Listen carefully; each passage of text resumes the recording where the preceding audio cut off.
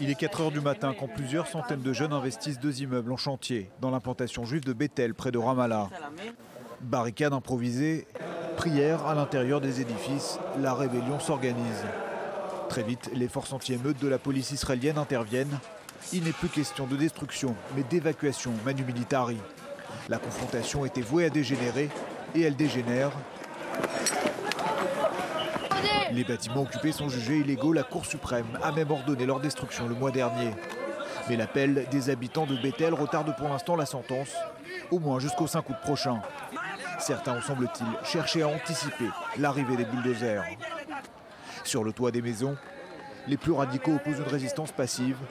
Ailleurs, des pneus sont brûlés pour gêner l'intervention des policiers israéliens.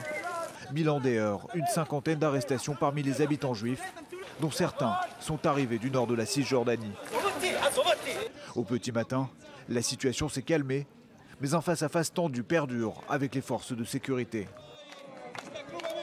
Celui qui bâtit des maisons sur la terre d'Israël est un héros, pas comme ces policiers qui aident les terroristes à nous combattre.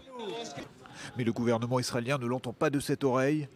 Les violences de la nuit à Bethel ont provoqué de vives réactions, notamment celle du ministre de la Défense Moshe Ya'alon, qui s'indigne de l'attitude des habitants juifs. J'ai agi et continue d'agir pour les implantations de Judée-Samarie, y compris à Bethel. La majorité des gens le savent. Celui qui croit qu'il peut enfreindre la loi se trompe. Je n'abandonnerai pas. J'attends des ministres du gouvernement qu'ils soutiennent l'état de droit.